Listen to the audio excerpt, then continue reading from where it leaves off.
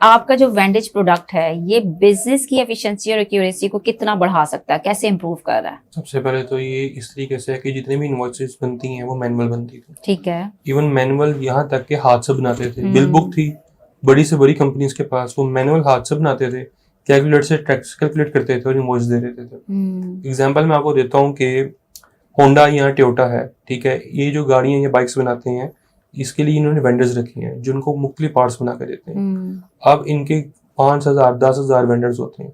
अब उधर sale tax भी उसी अमाउंट में होता है, 18 लाख 20 लाख इनका करोड़ों में सेल टैक्स होता है, क्योंकि जो भी परचेजिंग होती है उसके अंदर सेल टैक्स लाजमी होता है। अब होंडा तो ऑफिशियली जो है सेल टैक्स गवर्नमेंट को जमा करवाता है, बट उसकी इनपुट भी आती है जो उन्होंने चीजें परचेज की होती हैं।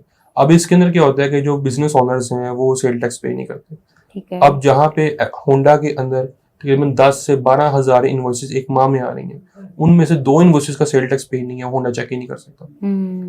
उनके पास एक कागज से इनवॉइस आई है, अब उन्होंने एटलीस्ट उनको 15 लोगों की टीम रखनी पड़ेगी जो हर महीने उसको चेक करेंगे, फिर एफबीआर से मैच करेंगे। उनको भी 2 से 3 माह लग जाएंगे सिर्फ 1 महीने का ऑडिट करने में कि इस इनवॉइस का टैक्स पे हुआ है या नहीं हुआ। अब उसका फायदा क्या है वेंडेज के जरिए, कि जो भी इनवॉइस इनको आएगी इन्होंने जैसे उसको स्कैन करना है, एफबीआर का सिस्टम बताएगा कि ये इनवॉइस ऑफिशियल है या फेक है। ठीक है। और उसकी एक दफा एंट्री हो गई है तो फिर इसकी रिवर्सल नहीं है।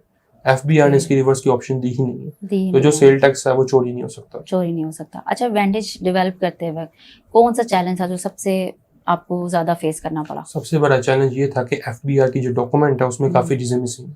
ओके। एफबीआर ने एक डॉक्यूमेंट पब्लिक की हुई है, उनकी एपीएस मौजूद है, तमाम चीजें मौजूद हैं, बट उसके लिए कुछ उन्होंने लिमिटेशंस दी हैं, जैसे उन्होंने एरर हैंडलिंग नहीं बताई हुई। अब कई दफा एफबीआर का सिस्टम 5-6 घंटे के लिए दिन में बंद हो जाता है।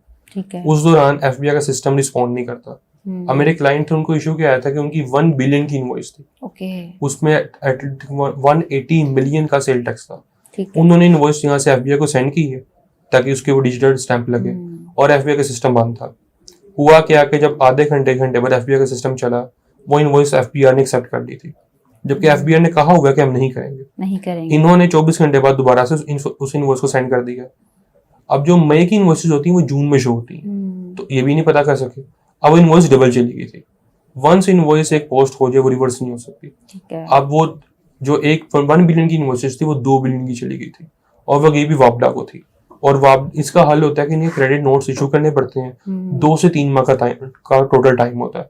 अब उनको इस हर्डल से गुजरना पड़ा। फिर वो क्लाइंट मेरे सॉफ्टवेयर पे शिफ्ट हुए थे, और हमने इसका एक सिनेरियो रखा हुआ है जिसके जरिए एफबीआई का सिस्टम हमें ऑडिट करके बताता है कि इनवॉइस पहले जा चुकी कि नहीं जा चुकी।